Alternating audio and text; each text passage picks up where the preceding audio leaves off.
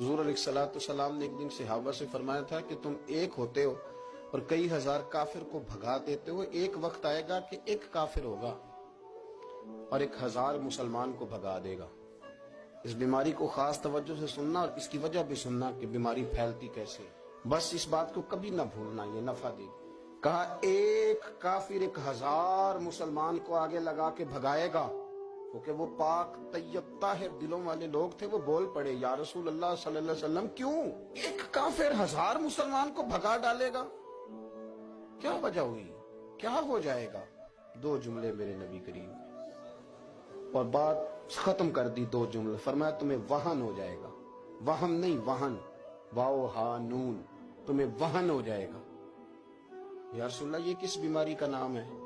تو اللہ کے رسول علیہ السلام فرمانے لگے اس کا ترجمہ یہ ہے کہ تمہیں دنیا سے پیار ہو جائے گا اور تمہارا